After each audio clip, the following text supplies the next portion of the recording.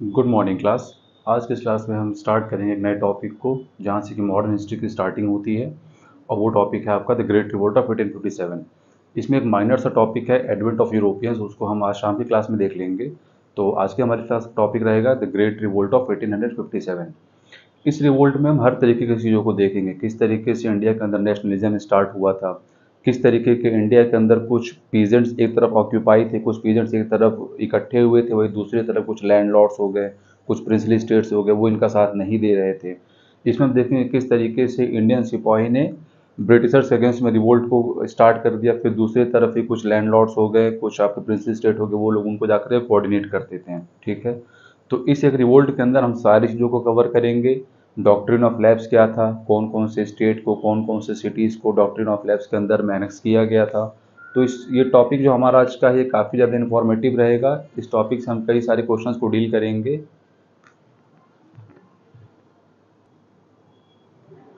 वो कुछ साउंड की इशू हो गई थी, अगल बगल में कुछ वॉइस आने लगा था गाने का, इसलिए मैं चला गया था 2 मिनट के लिए। तो चलिए स्टार्ट करते हैं। तो आज के इस लेक्चर में हमें कई सारी चीज़ें जानने को मिलेंगी, कई सारी चीज़ें हमें जानने को मिलेंगी सोसाइटी के बारे में, एज ए इंडिविजुअल के बारे में, उस समय कंट्री कैसे ट्रांजिस्ट कर रहा था मेडिवल हिस्ट्री से लेकर के मॉडर्न हिस्ट्री की तरफ। ठीक है, तो चलिए हम कई सारे पॉइंट्स को देख लेते हैं इसमें, और इसको डिस्कस करते हैं आज इस पॉइंट को, क्योंकि इंपॉर्टेंट टॉपिक है एग्जाम के परस्पेक्टिव से भी आपके। ठीक है, तो देखिए इसमें हम अगर जानना हो हमें तो हम स्टार्ट करते हैं इसमें कि इसको हम रिवोल्ट ऑफ 1857 को क्या बोलते हैं। एक इम्पॉर्टेंट इम्पॉर्टेंट लैंडमार्क। ठीक है, important landmark in history of India, in history of India. ठीक है, अच्छा अगर कभी एग्जाम में पूछ लिया कि जो ग्रेट रिवोल्ट ऑफ 1857 है वो किसके अंडर में था, तो इसको हम जान लेंगे कि लॉर्ड कैनिंग के under the governor generalship of Lord Canning.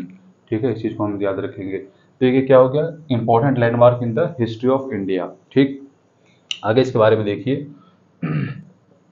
क्योंकि हम इसमें सिर्फ उन्हीं एरिया को कवर कर रहे हैं जो कि हमारे एग्जाम के लिए इंपॉर्टेंट है।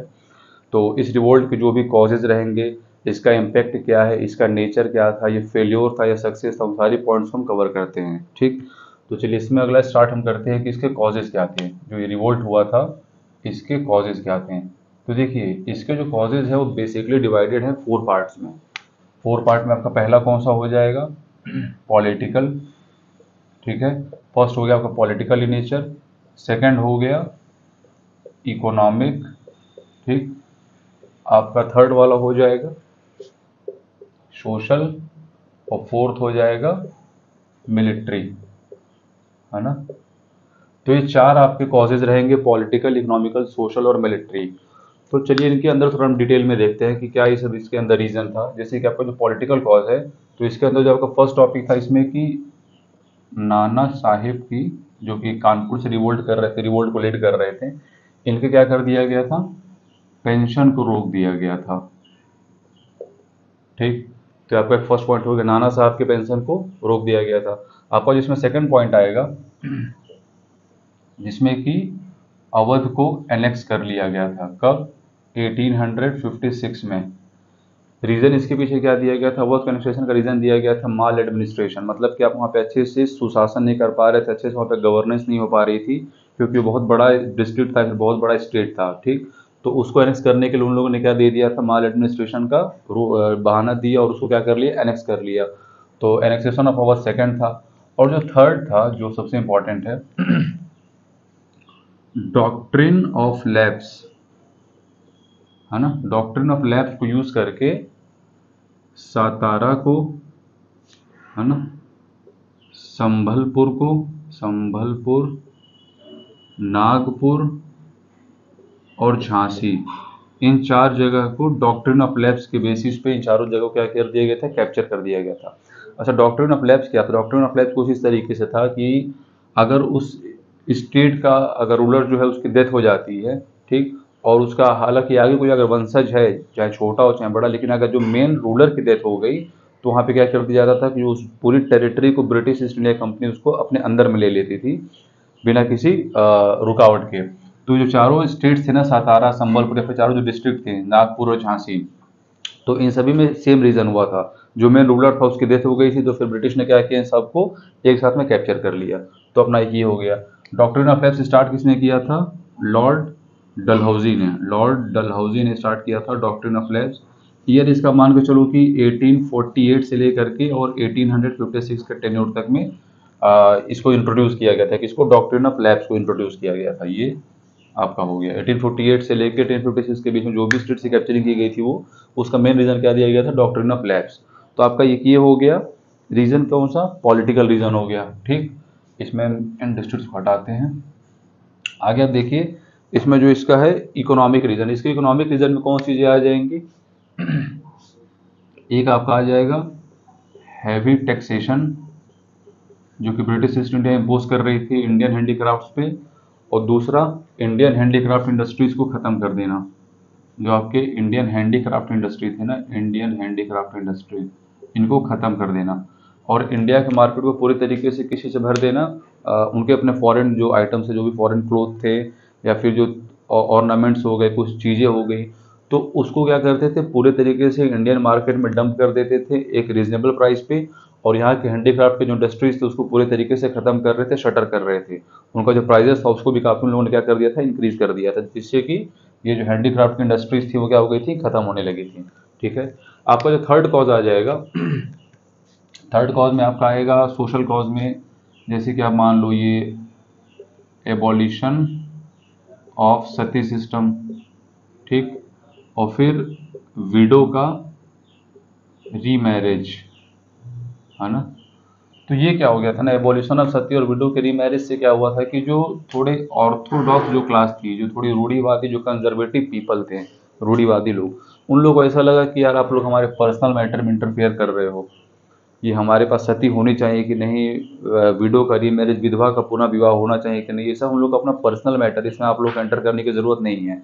वहाँ पे ब्रिटिशर्स पूरे तरीके से स्कीम लेकर आए थे एबोलिशन ऑफ सती को करने के लिए और विडो को रीमैरिज को करने के लिए। तो जो कंजर्वेटिव लोग थे, जो रूढ़िवादी लोग थे, उन लोगों ने क्या किया, उसके अगेंस्ट में रिवोल्ट किया। तो ये दोनों चीज़ें इंपॉर्टेंट हो जाएंगी, एबोलिशन ऑफ सती और विडो आपका रीमैरिज एक्ट। अब देखिए, जो एबोलिशन ऑफ सती था ना, ये आपका आया था 1829 में, और विडो रीमैरिज एक्ट के लिए एक्ट को लाया गया था 1856 में। ठीक है, ये आपका हो गया। और फिर जो आपका एक लास्ट कॉज बचता है, कौन सा? Military cause. अभी सबको देखिए, पॉलिटिकल, इकोनॉमिकल, सोशल और मिलिट्री। मिलिट्री वाले में क्या हो जाएगा ना कि इसमें इंडियंस के साथ डिस्क्रिमिनेशन किया जाता था, इंडियंस के साथ डिस्क्रिमिनेशन किया जाता था। ठीक है, इनको मैक्सिमम दी जाती थी, सिपाही वाली रैंक दे दी जाती थी। ठीक है, फिर इनको कई बार ऑर्डर दे दिया जाता था क्या, 7 समुंदर पार जा करके अपने क्या करते, अपने ड्यूटी को करने का। तो उस समय इंडियन कल्चर में समुद्र को पार करना क्या सेक्रेट चीज़ नहीं मानी जाती थी, अच्छी चीज़ नहीं मानी जाती थी। ठीक, तो इंडियंस जो मिलिट्री थे उनके साथ क्या करना, डिस्क्रिमिनेशन करना, इंडियन आर्मी के साथ डिस्क्रिमिनेशन करना। जो भी उस समय उनके उसमें थे, आर्मी के अंदर थे इंडियन सोल्जर्स, तो उनको हमेशा आप रखते थे सोल्जर के रैंक पे। और जो प्रमोशन होती थी वो किसको अक्सर मिलता था, अक्सर क्या 99% चांसेस रहता था कि ब्रिटिशर्स को प्रमोशन मिलता था और इनको सिपाही के रैंक पर रखी जाती थी। ठीक, तो ये आपके कुछ कॉजेज हो गए पॉलिटिकल में, इकोनॉमिकल में, सोशल में और मिलिट्री में। ठीक है, चलिए इसके आगे हम देखते हैं, इसको हटा देते हैं थोड़ा सा। देखिए, इसमें अगला चीज़ हमें क्या देखना है कि ये बिगिन कैसे हुआ। ठीक है ना, beginning, beginning and spread, beginning and spread of revolt, है ना। इसके भी देखिए कई सारे रीज़न है, ये रिवोल्ट स्टार्ट कैसे हुआ, ये रिवोल्ट स्प्रेड कैसे हुआ, किन एरियाज में स्प्रेड हुआ।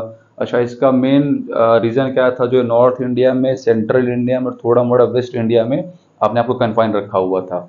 ऐसा इसमें क्या रीज़न था कि पीजेंट और सिपाही लोग जो थे वो इसमें जो मेन इसके जो बैकबोन थे वो लोग थे, और जो हाई क्लासेस थी या फिर जो मिडिल क्लासेस जो हाई क्लासेस इसमें ज़्यादा पार्टिसिपेट नहीं की थी। ठीक, तो उसके पूरे हम रीज़न को पहले समझते हैं।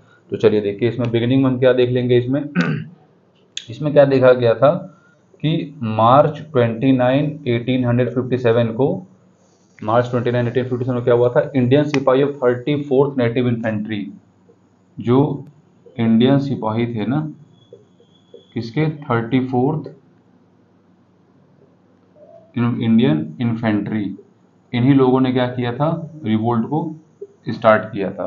34th इंडिया ने नेटिव इन्फेंट्री, 34 नेटिव इन्फेंट्री, इन लोगों ने क्या किया था, उस चीज़ को स्टार्ट किया था। और इसमें जो अगले जो थे ना, कौन, मंगल पांडे जी, मंगल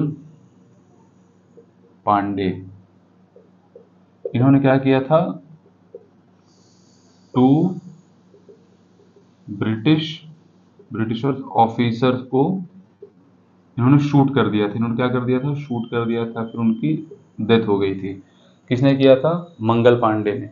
अब मंगल पांडे से भी रिलेटेड चीज़ें पूछ लेती है कि मंगल पांडे जो हैं वो किस समय वो इंसिडेंट हैपन हुआ था, जो 2 ब्रिटिशर्स को मारा गया था, जब बैरकपुर में क्या चल रहा था, परेड, है ना। तो उसी परेड में क्या है, मंगल पांडे ने किया था, 2 ब्रिटिशर्स को इन्होंने शूट कर दिया था, उनकी ऑन द स्पॉट डेथ हो गई थी। उसके काउंटर में क्या किया गया था, मंगल पांडे जी को हैंग टिल डेथ की पनिशमेंट इनको सुनाई गई थी। ठीक है, हैंग टिल डेथ की पनिशमेंट मंगल पांडे जी को सुनाई गई थी। तो ये अपना क्या रहा, मतलब यहीं से बिगेन हुआ और फिर यहीं से क्या होगा, स्प्रेड होना स्टार्ट हो जाएगा। अब इनको इस चीज़ को काउंटर करने के लिए जो सिपाही थे ना, वो लोग क्या किए, एक उन लोगों ने, मतलब काउंटर में कुछ रिवोल्ट तो होगा ही, तो जितने भी यूरोपियंस उनको दिखते थे, उनके घर को, हाउसेस को क्या वो करते थे, सेट ऑन फायर, उसमें आग लगा दिया। ठीक है, जहाँ भी कहीं पे जो ग्रुप इनका रहता था वहाँ पे रिवोल्ट कर दिया। ठीक, कुछ और ब्रिटिश ऑफिशियल्स को क्या किया, शूट कर दिया। किसके रिवोल्ट में, मंगल पांडे जी को जो पनिशमेंट मिली थी उसके रिवोल्ट में। और फिर क्या हुआ, ये लोग मेरठ से, इन लोग का लोकेशन क्या था, मेरठ, उधर से वो लोग क्या किए, दिल्ली की तरफ मार्च किए। किधर की तरफ, दिल्ली की तरफ। उनकी जो भी मंडली थी, जो भी उनका ग्रुप था सिपाही लोग का, वो मेरठ से दिल्ली की तरफ मार्च किया। और जब वो लोग दिल्ली में पहुंचे तो उन्होंने, ये देखिए, बहादुर शाह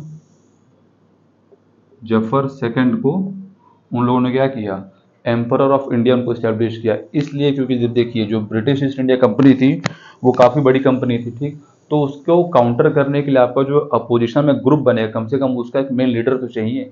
अब उस समय क्या था, हालांकि मुगल एम्पायर अपने एकदम टोटल ख़त्म हो चुका था, लेकिन फिर भी एक उसकी जो नाम थी ना मुगल एम्पायर की, जो मुगल एम्पायर ऑफ इंडिया था, उसका एक अपना एक अलग नाम था। तो उसको सिपाही ने क्या किया कि जो बहादुर शाह जफर सेकंड, जो कि लास्ट रूलर मुगल एम्परर बचे थे, उनको उन लोगों ने पूरा एम्परर ऑफ इंडिया बनाया, और उनके नाम के, मतलब यूज़ करके, उनके नाम को यूज़ करके और उनके पीछे से उस रिवोल्ट को लीड किया गया। ठीक है, कि चलो ठीक है, अगर आप लोग ब्रिटिश इंडिया कंपनी हो तो फिर हम लोग भी इनके बहादुर शाह जफर के साथ हैं, और हम लोग आपके अगेंस्ट में इस रिवोल्ट को करेंगे। ठीक, तो एक ये रहा है इसका। तो इस परेड यहाँ से हुआ, मंगल पांडे जी को हैंग टिल डेथ की सजा सुनाई गई। तो उसके फिर रिवोल्ट में यूरोपियंस के हाउस को फायर किया गया, उनके ग्रुप के पास में रिवोल्ट किया गया, ब्रिटिश ऑफिसर्स को शूट आउट किया गया, और फिर मेरठ से लेकर दिल्ली तक वो लोग अपने परेड को निकाले, अपने मार्च को निकाले थे, ताकि जा करके उसमें बहादुर शाह जफर जी से बात करके और उनके फेवर में रह करके चीज़ों को ब्रिटिशर्स के अगेंस्ट में रिवोल्ट किया जाए। ठीक, इसमें अब आगे देखिए क्या इसमें आएगा। देखिए आगे का जो टॉपिक है, अब 2-3 टॉपिक बचे हैं इसमें, उसको देख के हम ख़त्म करते हैं। देखिए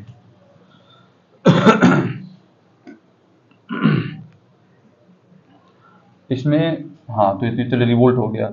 अब देखिए एक ये सवाल उठता है कि सक्सेस था या फेलियर था। तो ऑन एंड अगर एवरेज स्केल देखा जाए तो ये मतलब सक्सेसफुल तो रहा था, लोगों को यूनाइट करने में सक्सेसफुल रहा था, लेकिन जो उसके मेजर चंक्स थे वो फेल्योर की तरफ इंडिकेट करते हैं। ठीक, अच्छा, रीज़न क्या थे फेल्योर होने के, तो आप रीजंस को देखिए। यह है अवध का एनेक्स, ADVADH, और ये क्या है, नाना साहेब। देखिए कॉजेज ऑफ फेल्योर, किसके causes of failure, revolt of 1857।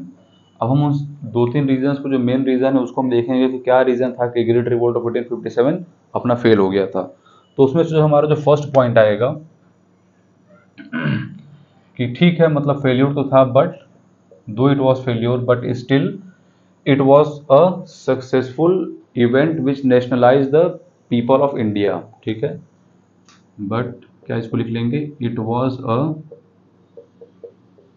Successful event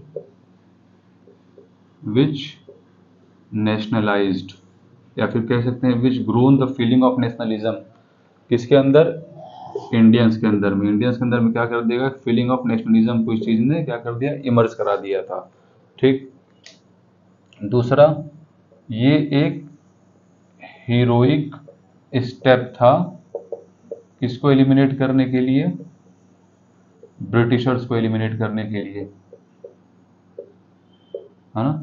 ये क्या था, एक हीरोइक स्टेप था to eliminate the Britishers out of India. तो एक अच्छा स्टेप था, एक अच्छा स्टार्टिंग था। फिर हम देखते हैं थर्ड पॉइंट को, जो डिसयूनिटी थी ना, disunity among Indians, disunity among Indians, और दूसरा चीज and poor organisation. Poor organisation इसलिए कहा जाता है ना, जैसे कि ये अगर अपना मैप हो गया इंडिया का, मतलब एक रैंडम बना लिया गया, लेकिन इतना भी रैंडम नहीं बनाना है, ये मान के चलो कि एक इंडिया का मैप हुआ, देखते हैं बस ऐसी बेसिक में है। तो ये जो रिवोल्ट ऑफ 1857 था, वो देखिए मैक्सिमम इधर नॉर्थ इंडिया ये वाले बेल्ट में, थोड़ा मोड़ा इधर राजस्थान, और हल्का सा इधर सेंट्रल इंडिया, इस वाले रीजन में पूरी तरीके से क्या था, कन्फाइन था। दक्कन इंडिया का इन्वॉल्वमेंट बिल्कुल नहीं था, दक्कन का इन्वॉल्वमेंट नहीं था, ठीक है, ईस्ट का इन्वॉल्वमेंट नहीं था, है ना, और इधर साउथ का भी इन्वॉल्वमेंट नहीं था, सब एरिया क्या थे, एकदम शांत थे, मेनली कन्फाइंड टू क्या था, नॉर्थ इंडिया था। अब इसमें भी कुछ यहाँ पे प्रोमिनेंट प्रिंसली स्टेट्स थे जिन्होंने क्या किया था, ब्रिटिशर्स का साथ दे दिया था, उसको भी हम लोग आगे डिस्कस करते हैं पॉइंट्स को, तो उसमें देखेंगे। तो क्या है, ये मेन जो कन्फाइन था वो नॉर्थ इंडिया में कन्फाइन था, और पीजेंट और सिपाही इसमें जो थे वो ज़्यादा तरीके से इन्वॉल्व थे, जो बड़े लैंडलॉर्ड थे उन लोग इन लोग इसमें इन्वॉल्व नहीं थे। तो ये अपनी कुछ रीजंस हो रही हैं किस चीज़ की, इसके फेल्योर की, ठीक है। थर्ड पॉइंट हम देखते हैं, थर्ड पॉइंट हो गया, फोर्थ पॉइंट हम देखते हैं, lack of nationalism, lack of nationalism इसमें था। अब नेशनलिज्म इसीलिए क्योंकि भाई सब लोग अब यूनिटी नहीं हो पाई, क्योंकि जो ब्रिटिशर्स थे वो तो पूरे अब एंटायर इंडिया पे कैप्चर करने वाले थे, लेकिन उसमें जो पार्टिसिपेंट्स कौन है, नॉर्थ इंडिया के लोग मेनली हैं, या फिर सेंट्रल इंडिया के हो गए, थोड़े मोड़े वेस्ट इंडिया के हो गए। अगर पूरा इंडिया एज अ होल आता तो फिर हो सकता था कि ब्रिटिशर्स को वहाँ से क्या किया जाता, एलिमिनेट कर दिया जाता। तो वहाँ पे क्या हो गया था, लैक ऑफ नेशनलिज्म, उन लोग लगा कि ठीक है जब हमारे पास चीज़ें आएंगी तो फिर उस चीज़ को हम उस तरीके से डील कर लेंगे, तो एक लैक ऑफ नेशनलिज्म वाला पॉइंट हो गया। फिर आप अगला पॉइंट देखिए, अगला पॉइंट क्या है, lack of coordination, lack of coordination, ठीक है, लैक ऑफ कोऑर्डिनेशन। किसके बीच में लैक ऑफ कोऑर्डिनेशन हो रहा था,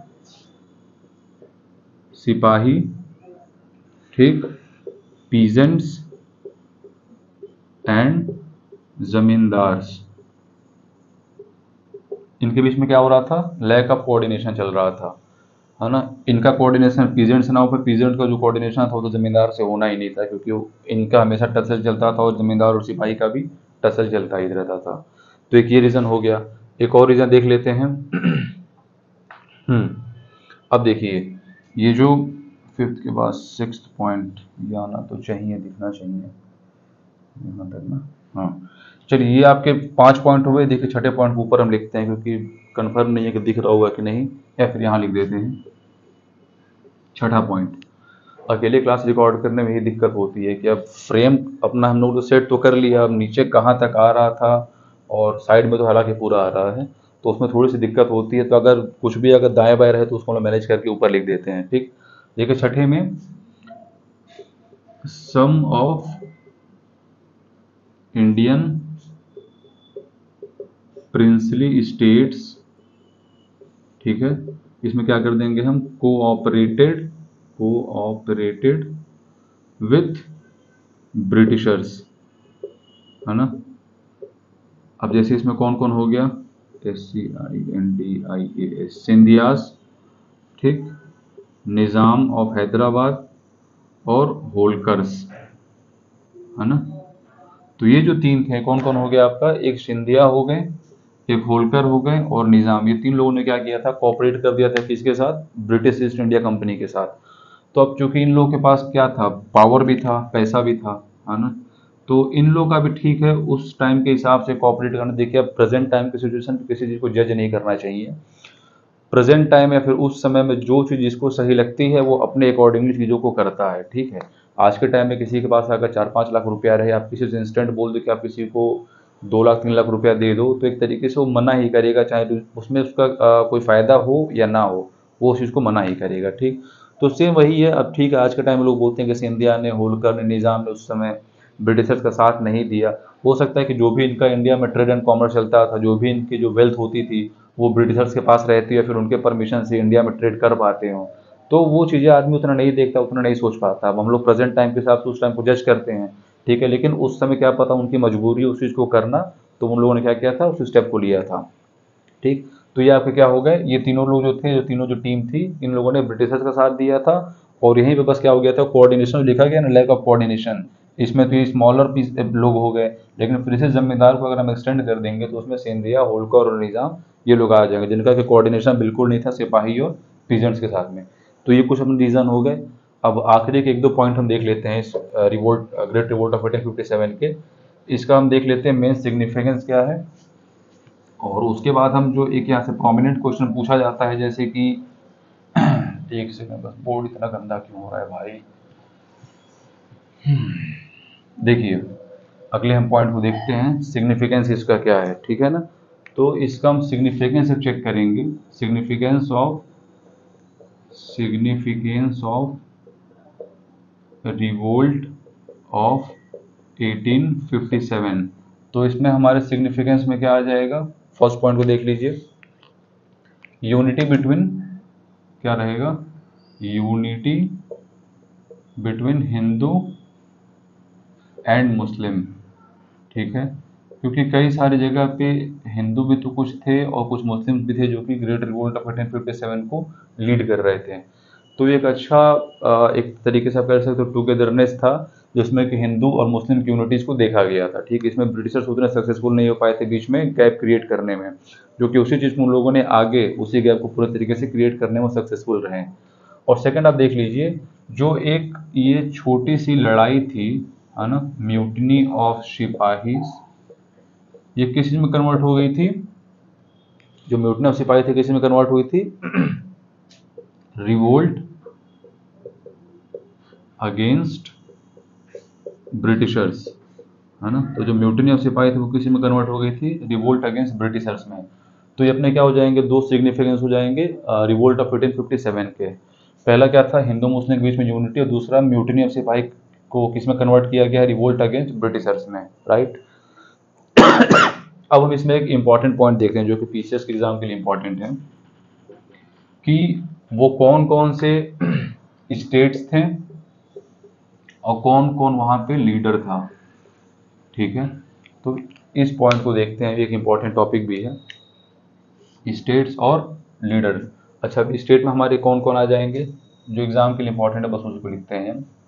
आपका एक आ गया दिल्ली, दिल्ली के बाद आपका आ जाएगा कानपुर, कानपुर के बाद आपका हो गया लखनऊ, लखनऊ के बाद आपका आ जाएगा झांसी, झांसी के बाद आपका आ जाएगा एक इलाहाबाद, इलाहाबाद के बाद आ जाएगा जगदीशपुर, जगदीशपुर, जगदीशपुर कहाँ पे है, बिहार में, ठीक है।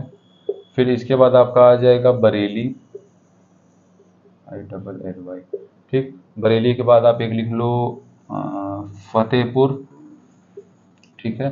फतेहपुर के बाद एक दो और बचेंगे, यहाँ पे लिख लेते हैं, इसको हम इधर थोड़ा सेपरेट कर दें। तो देखो 1 2 3 4 5 6 7 8, इधर हम देख लेंगे 9 और इधर हम देख लेंगे 10। तो फतेहपुर के बाद क्या आ जाएगा अपना मथुरा, और मथुरा के बाद क्या आ जाएगा अपना मेरठ, है ना। तो अब ये सारे आपके प्लेसेस हो गए। अब इन सारे प्लेसेस से रिवोल्ट को लीड कौन कर रहा था, वो क्या है, इंपॉर्टेंट टॉपिक है। तो चलिए अब जो रिवोल्ट को लीड कर रहा था उसको हम देख लेते हैं।